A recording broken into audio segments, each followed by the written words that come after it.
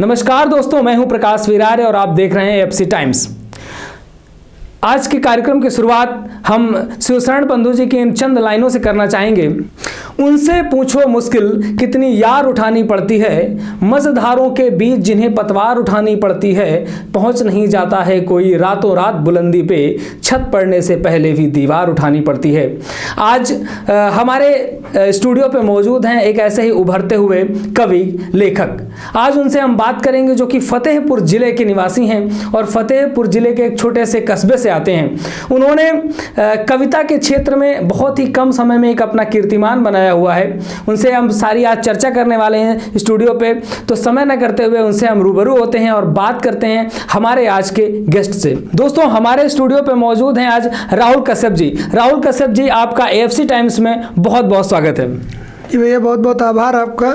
सबसे पहले तो मैं एफसी टाइम का बहुत बहुत शुक्रिया अदा करता हूँ और एफसी टाइम से जुड़े हुए जितनी भी श्रोता और प्रशंसक हैं उन सभी को अपने प्रणाम निवेदित करता हूँ और आपसे बात करने के लिए उपस्थित हुआ हूँ जी। राहुल जी, राहुल कश्यप इनका पूरा नाम है और ये अमौली के मूलतः निवासी हैं जो कि फतेहपुर जिले में अमौली है। राहुल जी क्या हैं, क्या इनकी लाइफ की क्या जर्नी है, इसके बारे में चर्चा करेंगे। तो राहुल जी, सबसे पहले मैं एक आपका सूक्ष्म परिचय जानना चाहूँगा कि आप कौन हैं, कहाँ के रहने वाले हैं, आपका फैमिली बैकग्राउंड क्या है, इसके बारे में बताएं। जी जरूर।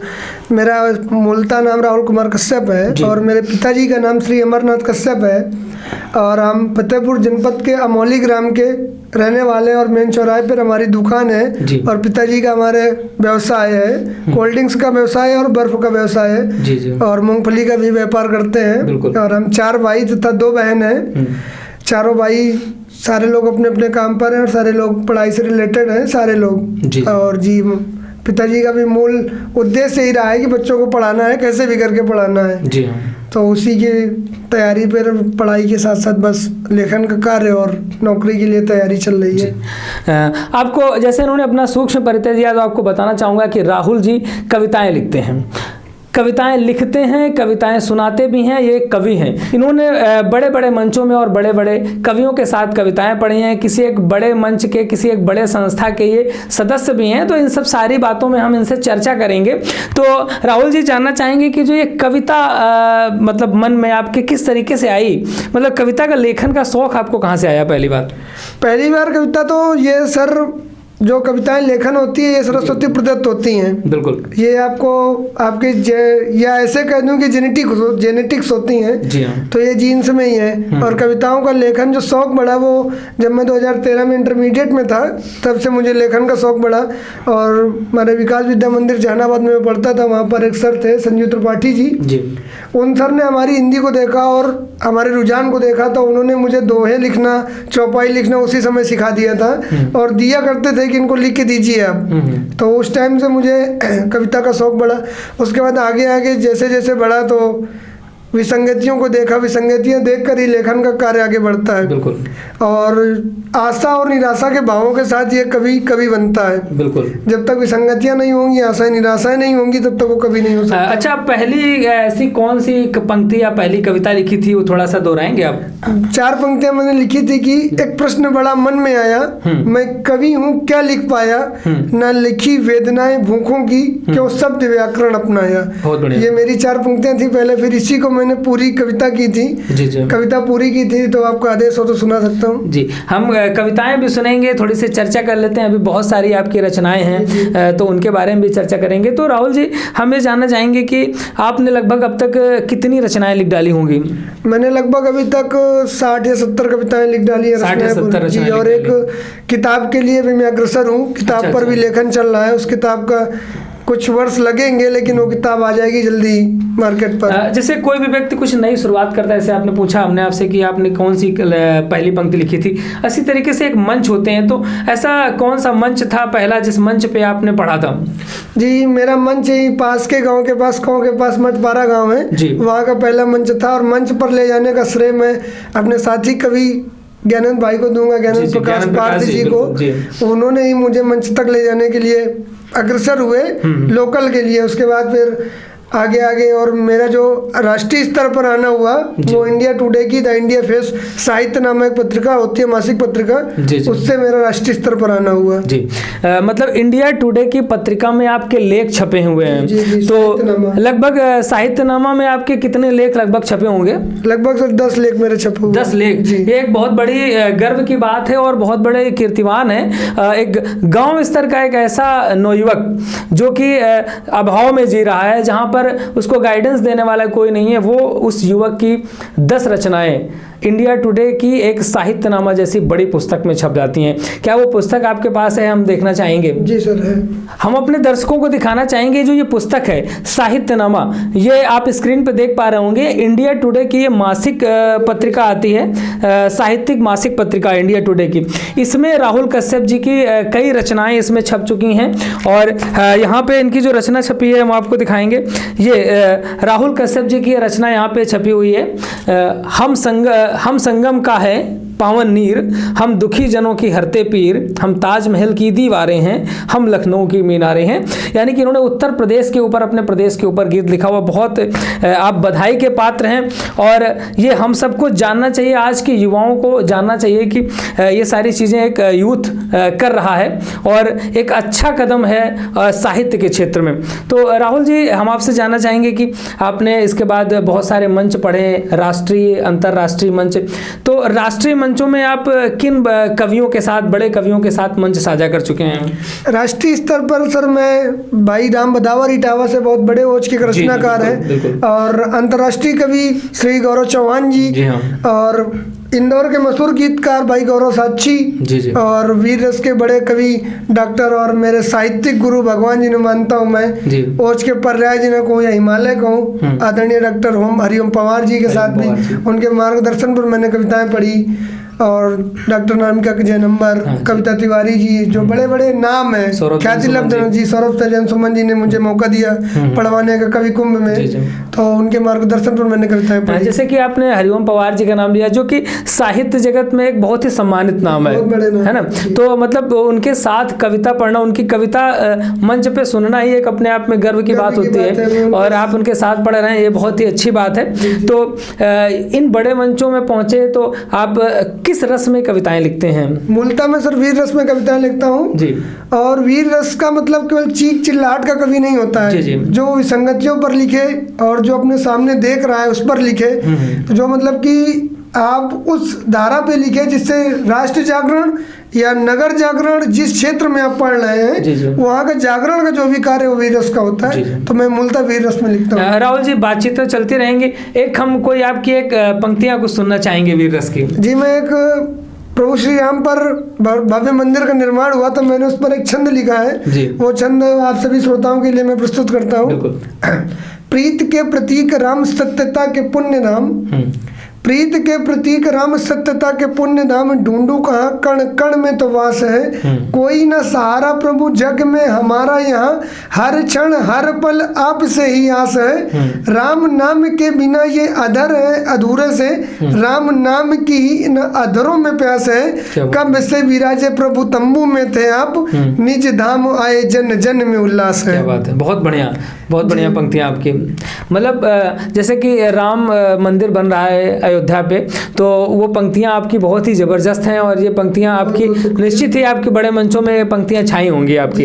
ये हमारा मतलब ऐसा, हमारी आशा है कि ऐसा ज़रूर हुआ होगा। तो राहुल जी, और बताएं अपने इस जो आपकी यात्रा चल रही है, इसमें आप आगे क्या प्लानिंग है आपकी, जो आपकी कौन सी ऐसी रचनाएं, कुछ ऐसा नया लिख रहे हैं या कोई पुस्तक लिख रहे हैं, उसके बारे में बताएं। जी, मेरा मेन उद्देश्य है कि गाँवों से कविता का लोप हो रहा है जी।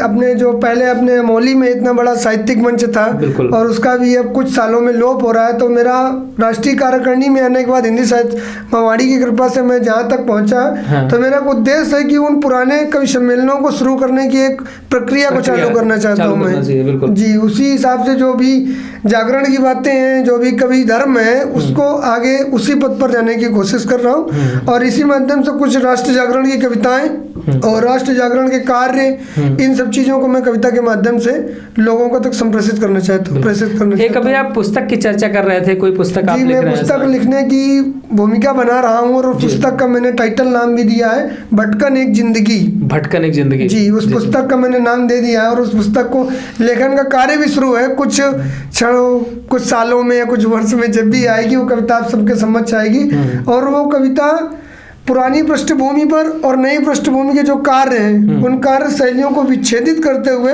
नई कार्यशालाएं, जो नए कार्य, लोगों की नई प्रक्रियाएं हैं, कैसे क्या लोगों को परिवर्तन हुआ, उन चीज़ों पर मैंने वो लिखने का कार्य किया है। बहुत बढ़िया। अभी आपके एक साहित्यनामा में शायद या किसी पुस्तक, कोई अभ्युदय करके पुस्तक आती है, उसमें भी आपकी कुछ पब्लिकेशन भोपाल की एक रचना है, वो पत्रिका है अभ्युदय, उनके द्वारा भी मैं सम्मानित भी किया गया था जुलाई में। तो उनके भी रचनाएं मेरी कई सारी उनमें प्रकाशित। उसमें एक कोई रचना थी, आओ एक ख्वाब सजा कर देखते हैं, कुछ सुनाएंगे? आओ एक ख्वाब सजा कर देखते हैं, कितना दूर चल सके चल कर देखते हैं, आपके गांव में भी जानते होंगे लोग हमें, कितना हूँ बुरा चलो पूछ कर देखते हैं। अच्छा, एक गजल आपने लिखी हुई है, मतलब आप वीर रस के साथ में गजल भी लिखते हैं? गजल और मुक्तक भी लिखता हूँ। कुछ मुक्तक यूँ है कि कृष्ण पर मैंने एक मुक्तक लिखा कि राधा रानी सी कहानी बनो तुम, मीराबाई सी दीवानी बनो तुम, मिल ही जाएंगे मन में मोहन सदा, मित्रता की सुदामा सी निशानी बनो। क्या बात है, बहुत बढ़िया जी। और एक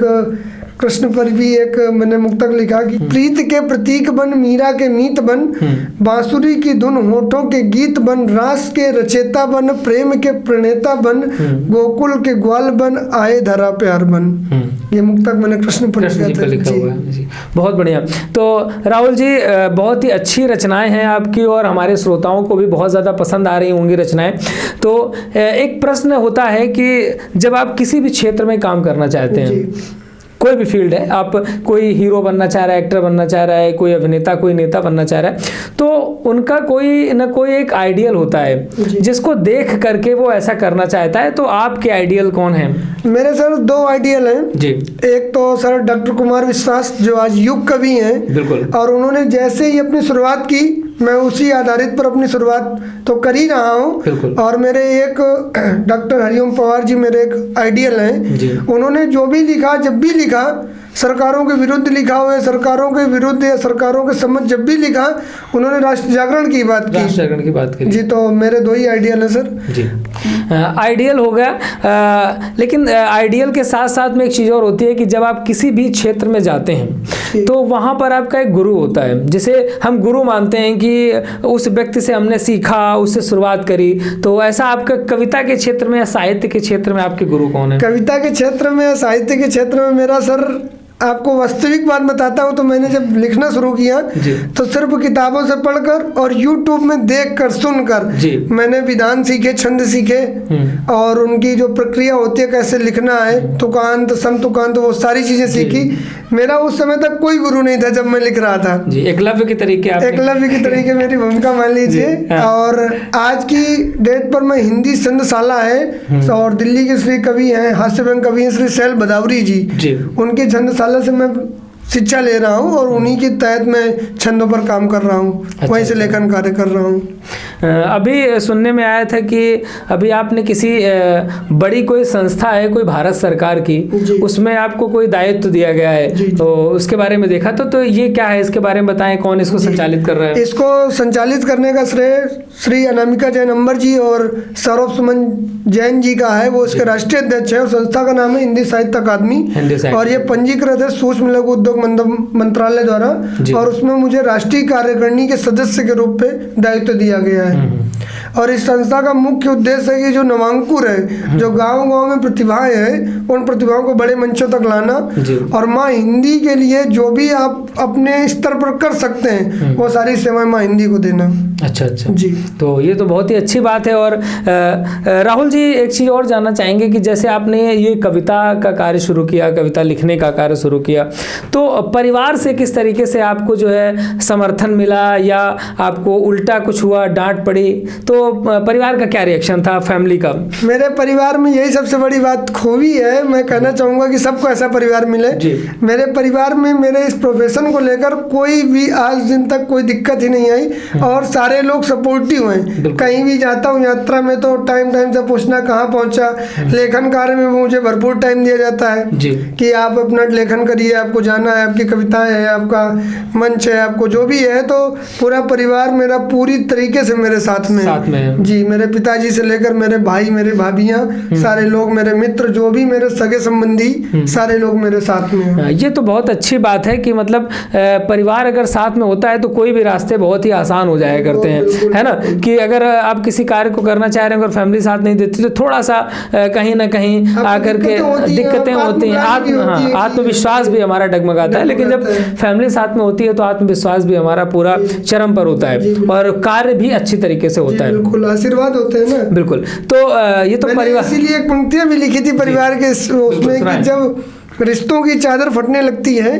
तब अपनों की इज्जत अपनों से घटने लगती है। बसंत से पहले जैसे शाखों से पत्ते गिरने लगते हैं, माँ बाप बिना घर आंगन भी सूखे सामन लगते हैं। क्या बात है। इसी बेस पर मैंने लिखी थी कि जिन परिवारों में विच्छेदन होता है तो उनमें क्या क्या हो जाता है, इसीलिए मैंने कहा कि परिवार का साथ होना बहुत जरूरी है। बहुत बढ़िया, बहुत ही अच्छी रचना है और ये बहुत ही अच्छी बात है कि परिवार आपका पूरी तरीके से आपके साथ सपोर्ट कर रहा है। परिवार के साथ साथ में हमारे आसपास का जो वातावरण, जो हमारे रिश्तेदार हैं, हमारे मित्र हैं या हमारे गाँव वाले हैं, उनका क्या रिएक्शन है? उनको भी बड़ी खुशी होती है। मेरे मित्रों का मेरे साथ में काफ़ी सहयोग रहा यहाँ तक मुझे लाने में। मेरे कुछ चुनिंदा मित्र भी हैं और कुछ आगे भी मित्र बने जो उन्होंने मेरा मतलब हर पद पर मेरा साथ दिया। मैं जिस और अग्रसर हुआ उन्होंने कंधे से कंधे मिलाकर मेरा साथ दिया। तो मुझे ऐसा नहीं लगता कि ये तो है कि हर जगह जैसे कोई इमारत बननी होती है तो इमारत के अगल बगल आपको हवा का भी डर होता है और बहुत सारी चीज़ों का डर होता है, तो वो होगा तो मुझे कोई इसकी परवाह नहीं। अच्छा, कोई ऐसा वाकया है कि मतलब किसी ने आपको जो है ये किया हो कि अरे क्या तुम लिख रहे हो, कुछ नहीं कर पाओगे, या ऐसा कुछ हुआ? ऐसा बहुत होता है ऐसा लोगों के साथ? ऐसा अक्सर लोगों के साथ होता है, लेकिन मेरे साथ ये हुआ कि आप इसको सुधार करिए। जी, लोगों ने कहा कि आपने लिखा है, आपके भाव बहुत अच्छे हैं, कभी विधान में गड़बड़ी हो गई है, छंद में कोई दिक्कत हो गई, तो लोगों ने कहा कि आप इसको लिखिए। भाव पक्ष जितना मजबूत रखेंगे उतना ही अलंकृत होगा वो काव्य आपका। बिल्कुल। तो मुझे ऐसा तो डिमोटिवेट करने वाले लोग नहीं मिले। अच्छा। लेकिन लोगों ने आगे बढ़ाने के लिए मुझे प्रेरित किया और आगे मेरे साथ भी जुड़े रहे। तो ये तो बहुत अच्छी बात है कि मतलब आपको अच्छे लोग मिल रहे हैं और इसका पॉजिटिव इफेक्ट भी पड़ता है। जब पॉजिटिव लोग मिलते हैं तो पॉजिटिव ही होता है सब कुछ और हमारी रचनाएं भी बेहतर से बेहतर हो पाती हैं। अक्सर होता क्या है कि शुरुआती दौर पे लोग जो है सपोर्ट नहीं करते हैं बहुत सारे लोगों को कि क्या होगा, लेकिन जब आप किसी बड़े मंच में पहुंच जाते हैं, बड़ी जगह पे पहुंच जाते हैं तो लोग कहने लगते हैं हमको तो पहले से पता था कि राहुल ऐसा कुछ करने वाला है। तो राहुल जी, आपने जैसे इस क्षेत्र में काम शुरू किया और आपने ऐसे बताया कि सोशल मीडिया के माध्यम से, यूट्यूब से ही आपने सीख करके शुरू किया। ये मतलब एक हम फिर से इस बात को कहना चाहेंगे, एक वीडियो पे, पिछले वीडियो में हमने इस बात को कहा था कि इंस्टाग्राम या यूट्यूब वगैरह सोशल मीडिया ऐसे प्लेटफॉर्म है कि आज युवाओं के लिए एक नए रास्ते निकाल रहे हैं। बिल्कुल। एक समय होता था कि आप किसी भी चीज़ को सीखना चाह रहे हैं या किसी फील्ड में जाना चाह रहे हैं तो आपको बहुत लोगों गुरु ढूंढना पड़ता था कि कोई हमको सिखाए। आज मैं ये कह सकता हूँ भैया कि जो आज का ये सोशल मीडिया है कहीं स्तर तक आपका एक बहुत बड़ा गुरु है जी। आपको ये बहुत कुछ दे जाता है, गूगल बाबा जैसे। जी, गूगल बाबा जैसे उसको बोलते हैं, तो वो आपका एक गुरु है। अब इसमें आपके ऊपर डिपेंडेंसी है कि आप उसको अच्छा ग्रहण करते हैं या बुरा ग्रहण करते हैं। क्योंकि होता क्या है कि वहाँ पर कंटेंट तो दोनों तरह का है, अच्छा भी है, बुरा भी है, हर चीज का है। हर सिक्का खोटा भी होता है और अच्छा भी होता है। तो अक्सर एक चीज मैं कहा करता हूँ कि मैं हर एक व्यक्ति से, मेरी एक आदत है कि मुझसे मिलने वाले जो भी लोग होते हैं मैं उनसे कुछ सीखता रहता हूँ। बहुत सारे लोग होते हैं कि उनके अंदर बहुत सारी बुराइयां होती हैं, लेकिन कुछ अच्छी चीजें होती हैं जो आप अगर ग्रहण कर लो तो उनसे बहुत सारे अच्छे काम हो जाते हैं, है ना। तो वही चीज़ है, यूट्यूब है, फेसबुक या सोशल मीडिया है कि हम अगर अच्छी चीज़ें वहाँ से ग्रहण करते रहेंगे तो अच्छा निकलता रहेगा। तो एक सोशल मीडिया का बाई प्रोडक्ट हमारे पास राहुल कश्यप हैं, इन्होंने सोशल मीडिया से स्टार्ट किया और आज एक बहुत बड़े मंचों में पढ़ रहे हैं, बड़ी बड़ी रचनाएं लिख रहे हैं। इनकी किताब आने वाली है और वो किताब बहुत जल्द प्रकाशित होगी, तो फिर से इनको हम स्टूडियो पे बुलाएंगे और इनका जो उसके बारे में भी चर्चा करेंगे कि उस किताब में क्या क्या है। बहुत सारी लगभग 8 से 10 पत्रिकाएं जो मासिक पत्रिकाएं साहित्य जगत में आती हैं उनमें इनके लेख छपे हुए हैं। लगभग 10 लेख तो इनके इंडिया टुडे की पत्रिका में छप चुके हैं। इसके अलावा अभ्युदय में भी कई सारे आपके द फेस ऑफ इंडिया ये पुस्तक आती है, इसमें साहित्यनामा करके इनका विशेषांक आता है, इसमें छप चुके हैं। तो ये हमारे लिए, हम सब के लिए, पूरे जिले वासियों के लिए, अमोली वासियों के लिए और पूरे प्रदेश वासियों के लिए गर्व की बात है कि एक यूथ इस तरीके से काम कर रहा है। राहुल जी, एक मैसेज आपसे लेना चाहेंगे कि आप इस फील्ड पे बेहतर कर रहे हैं और आगे बढ़ते रहें, हमारी शुभकामनाएं। साथ में जो अपने क्षेत्र के ऐसे यूथ हैं जो इस फील्ड पे आना चाह रहे हैं, उनके लिए आप क्या संदेश देना चाहेंगे? मैं उनके लिए भैया यही संदेश देना चाहूंगा कि आप अपनी जो प्रतिभाएं हैं उनको मत छिपाइए। आपको उनको छिपाने से जो कुंठा का एक विषय होता है ना, ये बहुत बड़ा होता है, मैं भी इसका शिकार हुआ हूँ। तो आपको आत्मकुंठा नहीं करनी है। आप अपने दोस्त, आप अपने घर या जो अमोली से रिलेटेड हो, अमोली के आसपास का हो, वो मुझसे भी संपर्क कर सकता है। मैं इसके लिए उपलब्ध हूँ, हमेशा उपलब्ध रहूंगा और मैं जो मेरे स्तर से जो भी हो सकती है मैं सारी सेवाएं दूंगा उसको। हिंदी साहित्य से जो भी जुड़ी हैं या जो भी ओपन माइक, जो भी सिंगर है, जो भी गाता है, लिखता है, जो भी उसका जो भी पर्सनालिटी में जो भी है वो हम उसको निखारने के लिए पूरी तरीके से प्रतिबद्ध हैं, कोशिश करेंगे। जी राहुल जी, बहुत ही अच्छी बात आपने कही कि आप इस तरीके से मदद भी करना चाहेंगे लोगों की जो साहित्य के क्षेत्र में, क्योंकि आपने जैसा कि मैंने देखा कि बहुत कम टाइम में 2 या 3 साल में कोविड टाइम से आपने शायद लिखना शुरू किया था।